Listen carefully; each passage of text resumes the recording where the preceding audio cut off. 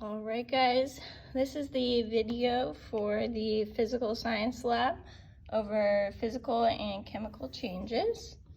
All right, here we have station one. We have our magnet and paper clips, and you can see what happens when you put the magnet near the paper clips is that they are attracted to each other. All right, I'll leave that there. All right, station two, we have some popcorn.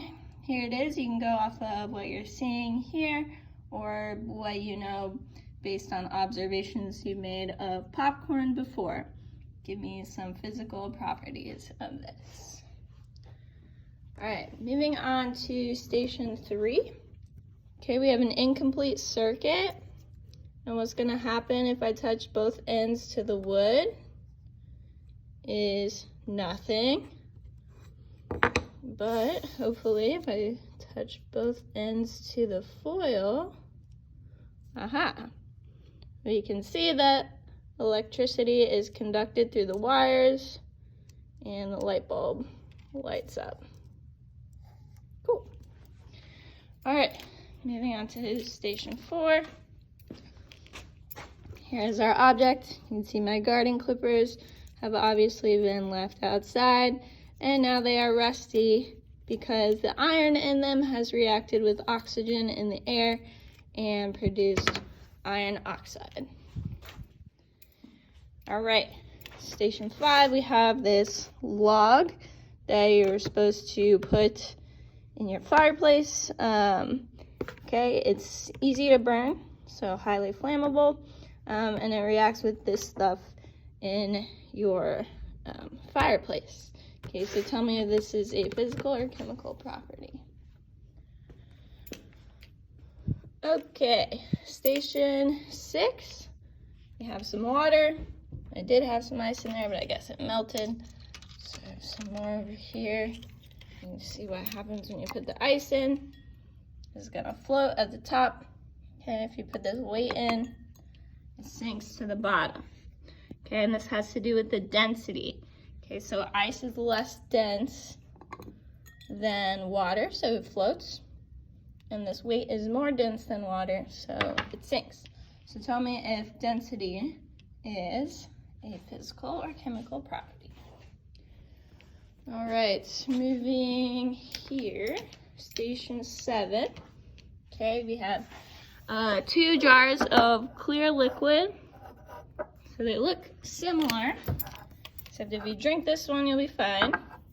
And if you drink this one, it's going to kill you because it's highly toxic.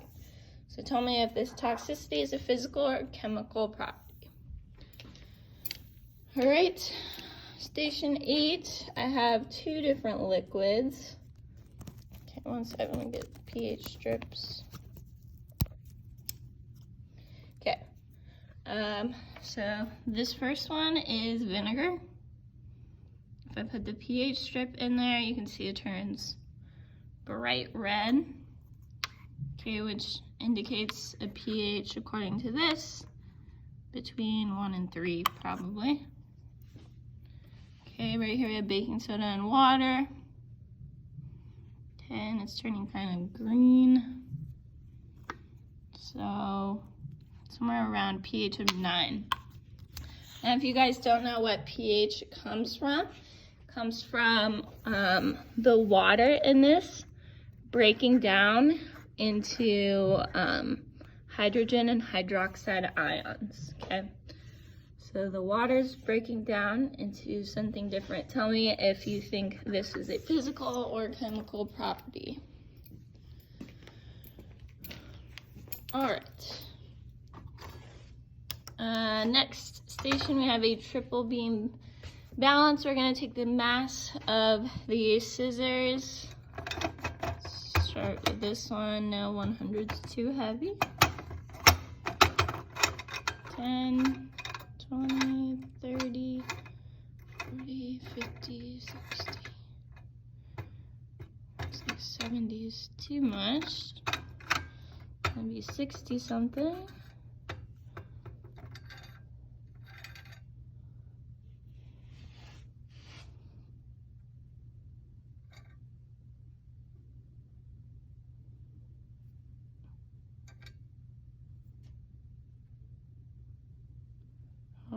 looks like it's about 68.5 grams. Okay, so record that on your sheet and tell me if that's a physical or chemical property of these scissors. Okay, and then station 10, we have just regular old bottle of hydrogen peroxide. But you may have noticed hydrogen peroxide is stored in these containers that are not see-through. That's because when the hydrogen peroxide gets into light, it breaks down, okay, into water, I believe. Okay, so tell me if its tendency to break down in light is a physical or chemical property of hydrogen peroxide, and then you're done.